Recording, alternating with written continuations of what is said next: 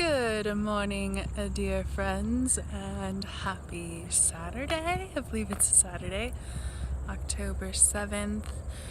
Nova and I are visiting my mom. It's her 60th birthday yesterday, and my grandmother is in town as well, so it's a family affair. And I wanted to make this video to finally share with you all my experience during my fasting retreat, because I know there's a lot of curious and interested people, and I just want to share that experience and then also what happened afterwards. Nova's back there lagging. Love it. So the retreat was amazing. I arrived at Dr. Gabriel Cousens' retreat center and was able to get grounded in, get a nice shower after 2.5 days of driving from Colorado to a center, and they served me this really beautiful meal, like a salad with some raw crackers, and I started my fast the next morning. So it was 5.5 days, 6 days, something like that, of just wheatgrass, and I would drink about 8 ounces twice a day. Sometimes I would spread it out over 3 times a day and just kind of swish it in my mouth and make the most of it. And I did enemas, quite a few throughout the day, with a tiny bit of lemon juice in them. And then I would also do wheatgrass implants, so I would do enemas with the wheatgrass and hold it in for as long as I could. I did saunas, and they gifted me with a colonic and a reflexology session and acupuncture. And I went on walks with Nova, I did some sunbathing, and it was a really beautiful experience. The most profound part for me was the fact that I lost like 10 or 15 pounds in those 5 days, and I'm pretty sure all of it was just mucus that was in my body and storing in my colon. And so that was really liberating. I think I'm gonna walk sideways. Might give us the best lighting in this cool orb halo that keeps appearing. And that was great. The amount of stuff that came out of my colon, you guys, was incredible. I highly recommend doing something like that. And I've definitely heard stories of even weirder stuff coming out, gray things and black things and hard things and worms, all the gross stuff that can reside in the colon.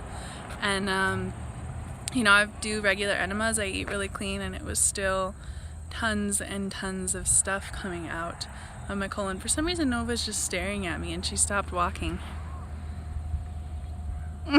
because we're turning around. Queen says that was it, Mom. Okay, so we'll start walking back. And so I didn't have a lot of calories in me, so I was pretty tired every day. I would go through waves of tiredness. Anytime I was tired, I would kind of do an enema, and that would usually siphon out that lethargy energy. It was pretty amazing. But yeah, no calories at all really for those 5-6 days. I wasn't really able to do yoga or walk long distances. I just would get kind of tired. But it was a profound experience. I had a lovely time. And then unfortunately it was cut kind of short in a traumatic way that I allowed kind of for it to be super traumatic. My mom called me the morning that I was going to break my fast. So before I had eaten, while I was still very emotional and vulnerable, and she let me know that my dad, they're separated, but she let me know that my stepmom called her and that my dad was having a minor heart surgery that he just didn't want to tell me about because he didn't want me to worry. And the minor heart surgery was turning into an emergency surgery, and he was going to be airlifted to another hospital and have emergency full-blown open heart surgery, moving the ribs apart.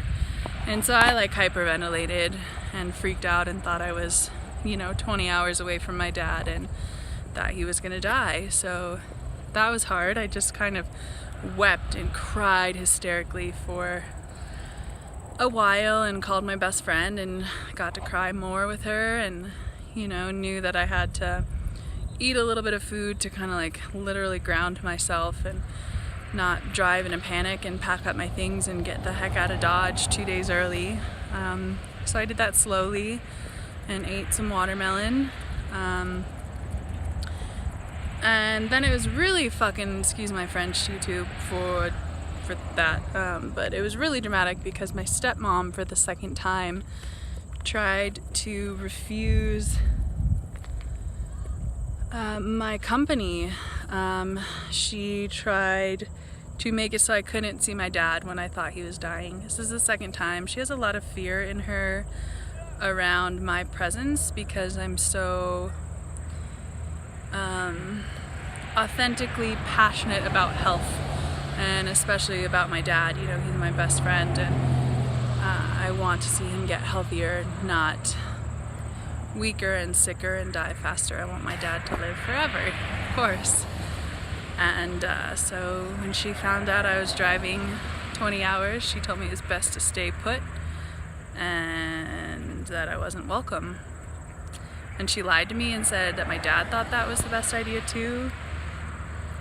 And so that was a hard drive back, trying to figure out what the heck I was supposed to do. So instead of freaking out at her, I just, took my time and responded really eloquently with a lot of love and compassion. And she still was freaking out at me and throwing these bullets left and right. And I was really confused and hurt and scared. And it ended up kind of working out, but I tried to get to the hospital, long story short, and I didn't know where they were. And so I had to wait until the next day to see my dad. And that was challenging. Especially I noticed where that's a habitual, not so therapeutic aspect of my being, of how much I can put myself aside to go see my dad. So I'm sharing this all with you, not in a sense to like share drama, but to just share my process in hopes that it inspires you and soothes you in certain aspects of your life so that you don't feel alone. I pray that this offers reflection for you. And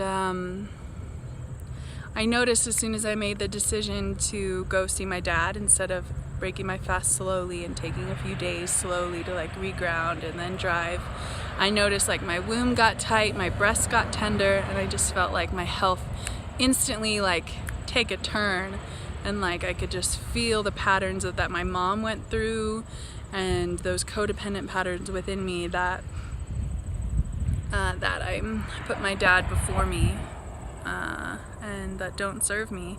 So that was interesting, but I ignored them and went anyways. And he was in the hospital eating beef tips, and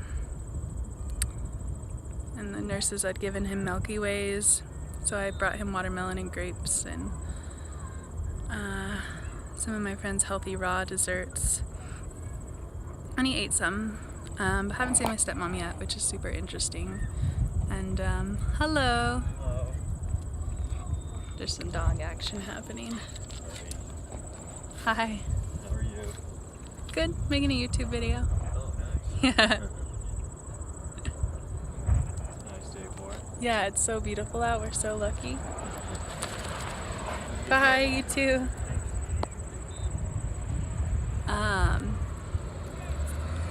Yeah, so that was my world after my fast, and a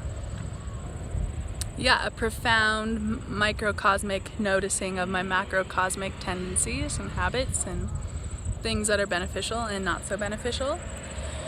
And let's see, there's something cool I was going to share with you about the fast, but I can't remember at this point. But Wheatgrass is amazing, you guys. I think it's my new favorite fast because it's so therapeutic and so effective. I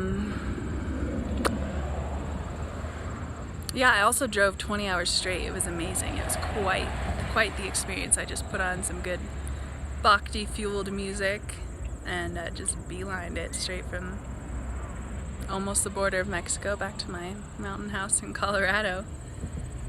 And Nova was with me the whole time. She did great. Felt like she had some healings too. And yeah, it was a beautiful and heart-wrenching experience all at the same time, and I feel grounded and back now.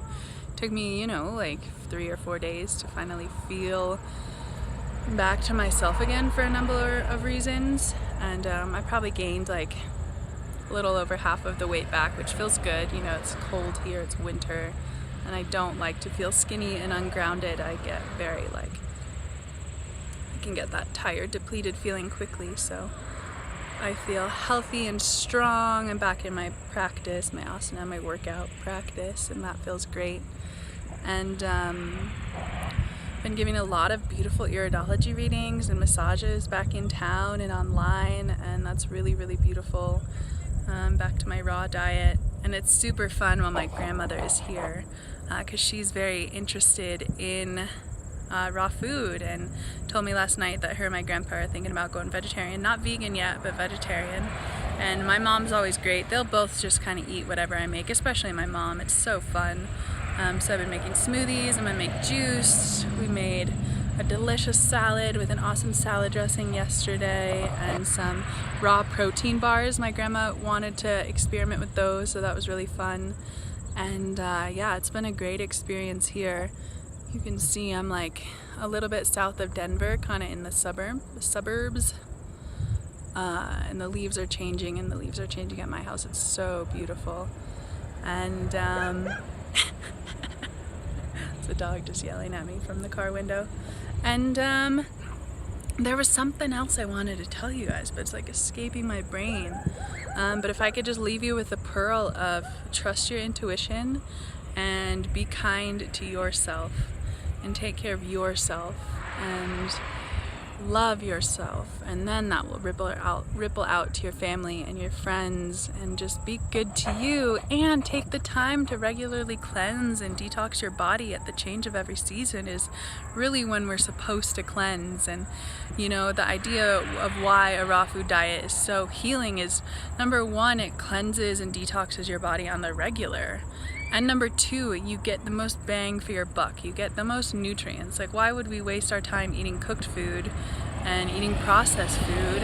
Because we're gonna have to, our body thinks we're gonna have to eat more and more and more of it, because it doesn't have the nutrients that we were going for in the first place. So if I can inspire you to eat more raw food, research it. Watch Ted Carr, Fully Raw Christina, Tanny Raw, Johnny Juicer. Watch all these people. Stay inspired. Educate yourself with books and videos on the regular, and stay inspired with recipes and foods that you like and foods that you love, and really get in tune with that and that lifestyle, because it's so therapeutic. I can just speak from oodles and oodles of experience.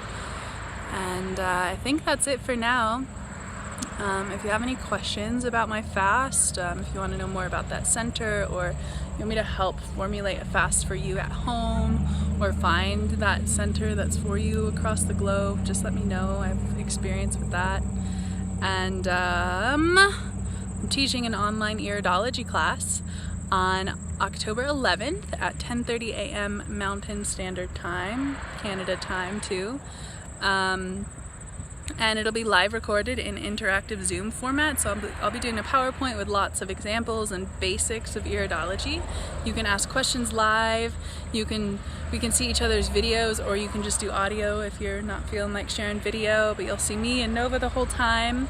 You can ask questions via text on that format, and it will also be recorded. So if you can't make it live, you can watch it later. And if you can make it live, you can still watch it later. So it's going to be pretty amazing. There'll be people joining us from all over the world.